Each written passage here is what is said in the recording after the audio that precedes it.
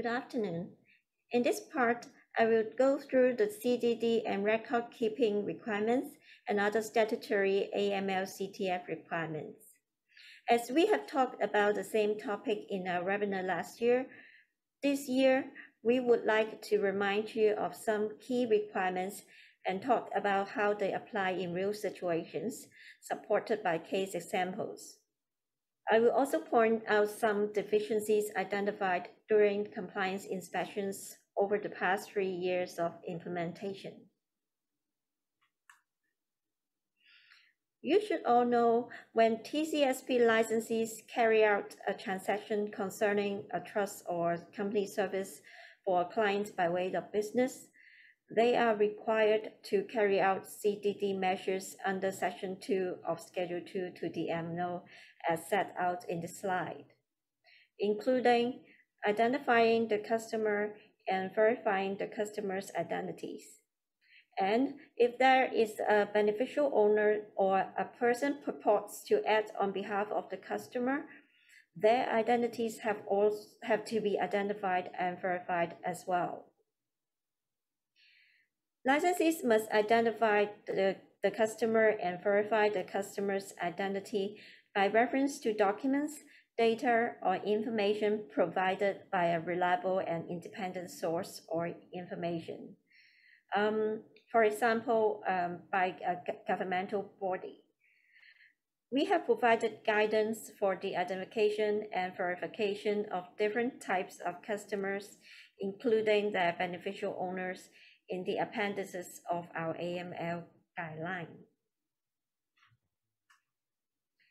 You should check whether the information and documents respectively required in appendices of the guideline have been obtained. As set out in this slide, Appendix A is for identification and verification of customer who is an individual. Appendix B is for identifying and verifying a customer, which is a corporation, a company.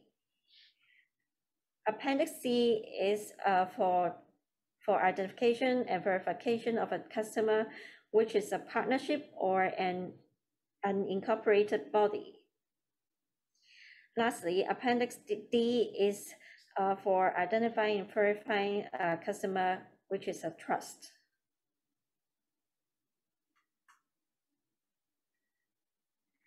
Licensees must also know when they should carry out CDD measures. The situations are set out in this slide, and the most common situation when they need to carry out CDD is before establishing a business relationship with the customers. That is, when they are dealing with new customers. Let me give you a case example to illustrate the application of the appendix of the AML guideline I just mentioned. Here is a common example of a transaction carrying out by a TCSP licensee for its client. The licensee in this case example, by way of business, provides the service of acting as the secretary of a company, say, let's call the company X. Company X is a new customer. So the licensee is required to conduct CDD on Company X before establishing a business relationship with Company X. As the customer is Company X and Company X is a corporation, then the licensee should comply with Appendix B of the AML guideline. In some cases, we actually note that some licensees focus on the director only instead of the corporation itself, and only provided the ID card copy of the director of the corporation. However, as the customer is the corporation itself, the licensee should identify and verify the corporation.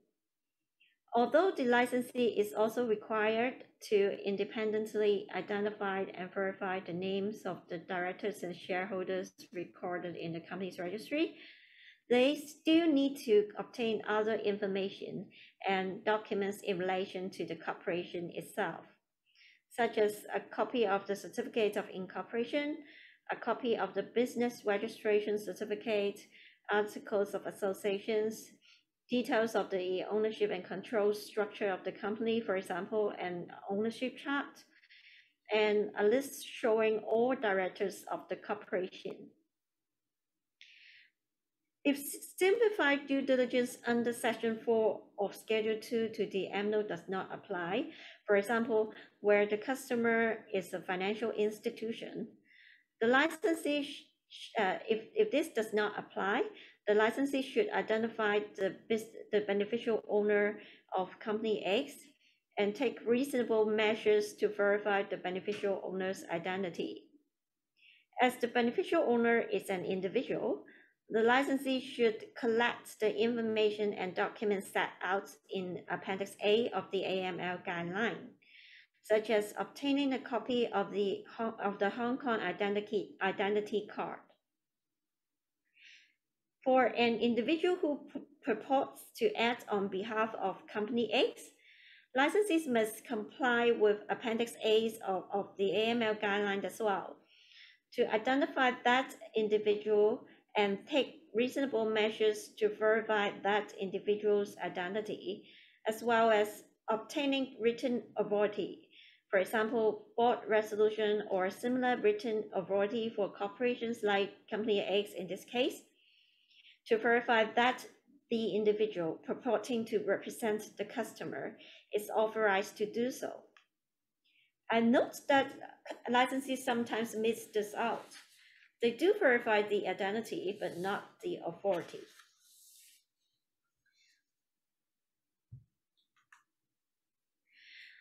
The case example I just talked about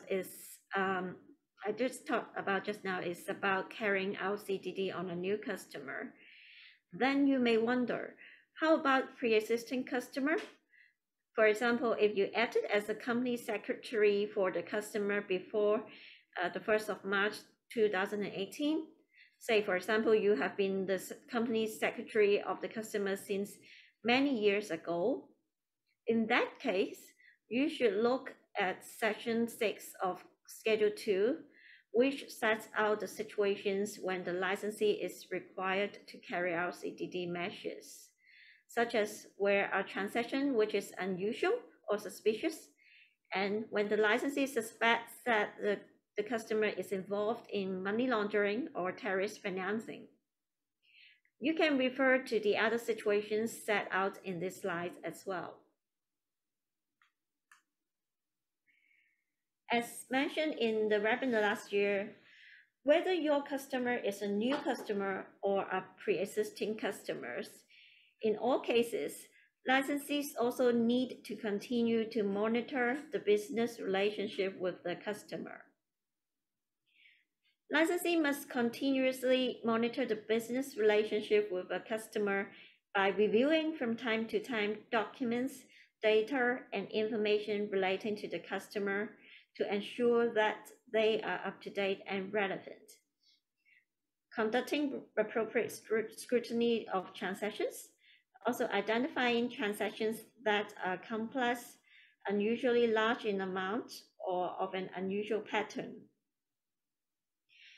Licensees should undertake periodic reviews of existing records of customers and conduct review under circumstances of certain triggering events.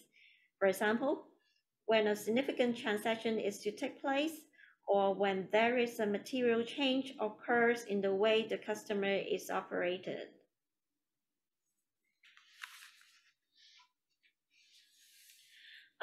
In certain higher-risk situations, licensees are required to take additional measures as EDD, in addition to the CDD requirements.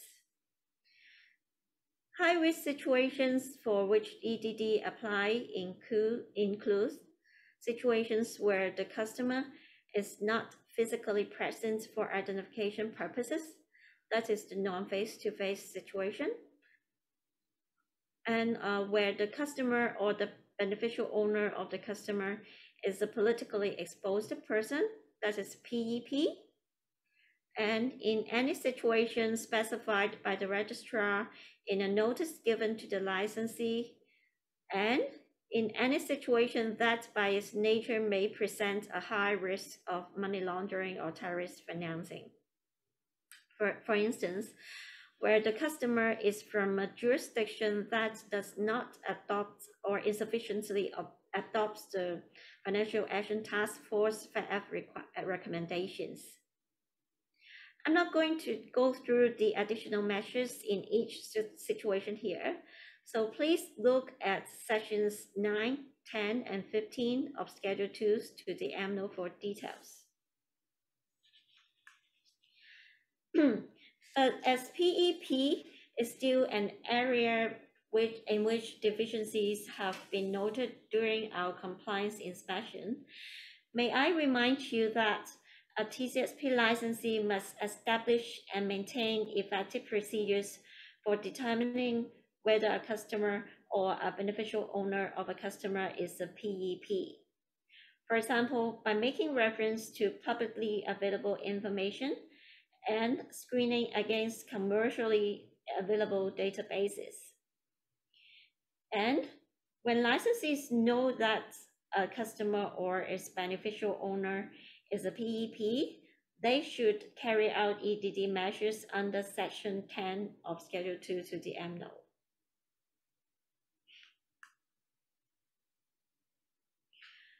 Record-keeping requirements is another important requirement under Schedule 2.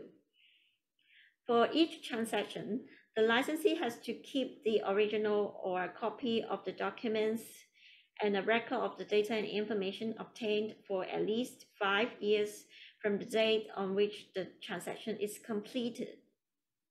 Whereas for each customer, the original or a copy of CDD information, customer files, and business correspondence with the customers must be kept throughout the business relationship with the customer and for at least 5 years from the day on which the business relationship ends.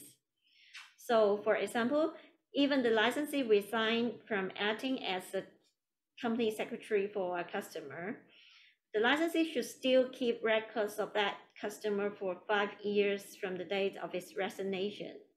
You cannot say because you do not have the business relationship with this customer anymore, so you don't need to keep the copies of this customer. This is not right. Also, it's fine even the records are not kept in hard copy as long as they are kept in a computer database. Another point to note is that it is quite a common problem that staff's training records are not properly kept. So please be reminded that licensees should maintain staff's training records, including the date and type of training received by each staff for a minimum of 3 years. As mentioned in the webinar last year, I would also like to remind you of the general requirements under the AML on establishing effective procedures for conducting CDD and EDD in respect of each kind of customer and transaction, as well as to mitigate money laundering and terrorist financing risks. Let me give you a case example of a disciplinary action for the non-compliance with these requirements. In this case example, the licensee failed to produce an AML CTF policy statement for our inspection. Actually, in some cases, we came across some licensees simply just show us during our inspection a copy of the AML guideline published by the CR or other regulatory bodies. However, our AML guideline actually requires licensees to assess the MLTF risks of their own businesses, also develop and implement their own policies, procedures, and controls, and establish and implement adequate and appropriate AML CTF systems, taking into account factors such as the services offered and the types of customers of that particular licensee. If policy statement is not prepared for the licensee has contract been the licensee should put in place adequate and proper AML CTF policies, procedures, and controls, as evidenced by policy statements or other written documents. As mentioned by Ms. Lee in her presentation just now, depending on the circumstances, disciplinary actions such as public reprimands, pecuniary penalties, and or remedial orders may be taken. For example, in this case scenario, we may ask the licensee to provide us with a copy of the policy statement within a specified period of time. In fact, for example, we have imposed a pecuniary penalty of 10,000 Hong Kong dollars for the failure to provide the policy statement.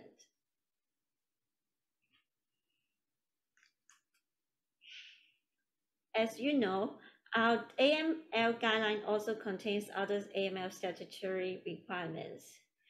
In relation to financial sanctions, it is prohibited by the relevant regulations under the United Nations Sanction Ordinance to make available or deal with economic assets to or with individuals or entities designated by the UN Security Council, as well as individuals or entities acting on behalf of or at the direction of or owned or controlled by designated individuals and entities. The term economic assets means any funds, financial assets, or economic resources. In relation to terrorist financing, the United Nations Anti-Terrorism Measures Ordinance criminalizes the provision or collection of property and making any property or financial-related services available to terrorists or terrorist associates. So please be reminded not to establish business relationship or conduct transaction financial sanctions or any terrorist or terrorist associate.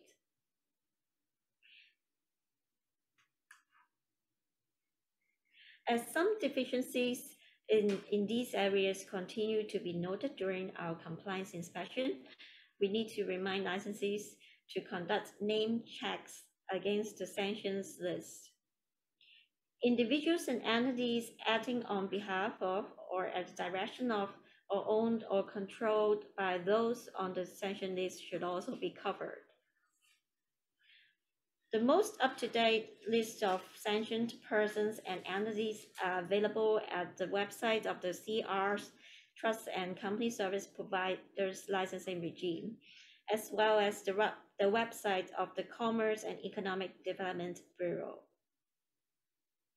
In order to demonstrate compliance with the requirements for screening of customers, the screening and any results should be documented or recorded electronically. We note from our compliance inspection that in some cases, the licensee simply just printed out the list of sanctioned destinations from the website, but this is actually not enough. The licensee should actually keep record of the screening. For example, the name of the persons or entity screened, the dates of screening, and the results. In relation to PF, that is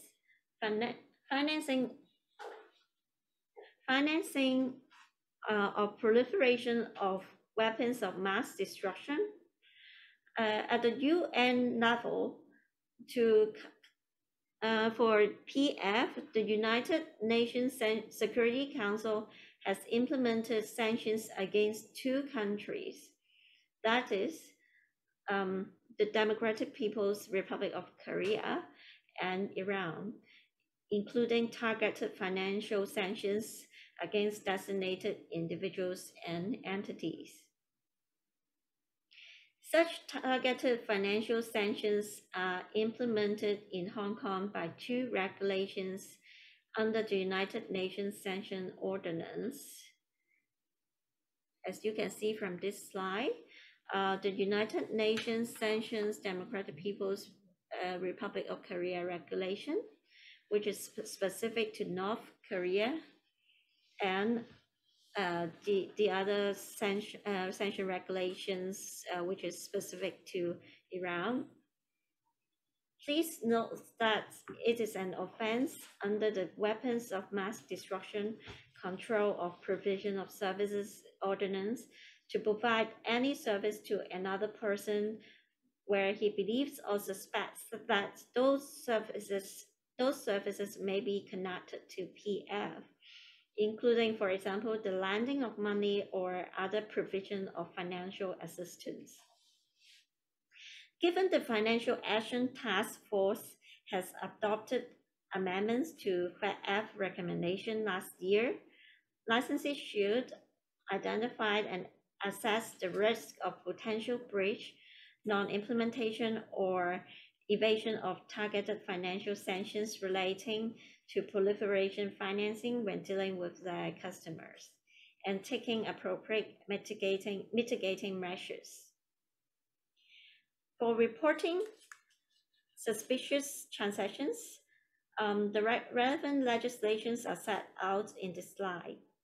Section 25A of the Drug Trafficking Recovery of Persons Ordinance and the Organized and Serious Crimes Ordinance, and Section 12 of the United Nations Anti-Terrorism Measures Ordinance provides that it is an offense if a person fails to disclose his knowledge or suspicion of any property that represents a person's process of drug trafficking, an indictable offense, or property which is a terrorist property.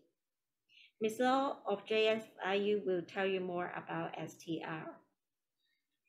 Last but not least, licensees are reminded that in cases of suspicions of money laundering, TF, PF, or sanctions violations, you should make a report to JFIU.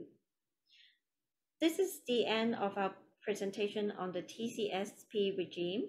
May I now pass the time to Ms. Law of JFIU. Thank you.